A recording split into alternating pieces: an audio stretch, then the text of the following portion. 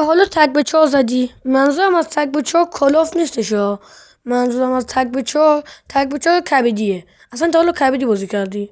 آقا ما کلاس 5 بودیم، من تک به 4 مونده بودم و یارام هم همه میگفتن انصراف میده و آره خلاص از این چیز چرت و پرتا. آقا من گفتم انصراف نمیدم. این اولین نفر رو که زدم چاق بود و نمیتونست اصلا کلنجش کنه و آره خلاص این چیز خاصی نبود. اونا به من حمله کردن و نتونستن خلاص منو بزنن و فرار کنن. آقا ما رفتیم داخلشون و اون قویه‌شون رو زدیم. قویه‌شون رو که زدیم یکی از یارای ضعیفشون جون داد به قویه و قویه برگشت.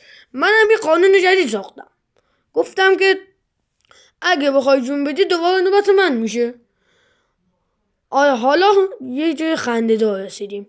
آقا اینا گفتم باشه. بعد کل حرف زدن دوباره همون قویه که اومده بود رو زدم.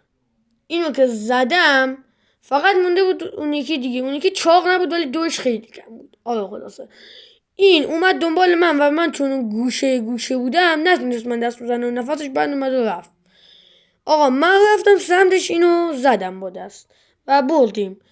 من رفتم خوشحالی کردم و آقای ناظمون هم داشت بازیمون رو میدید و یه چیز خاص نشون داد و من خیلی خوشحال شدم.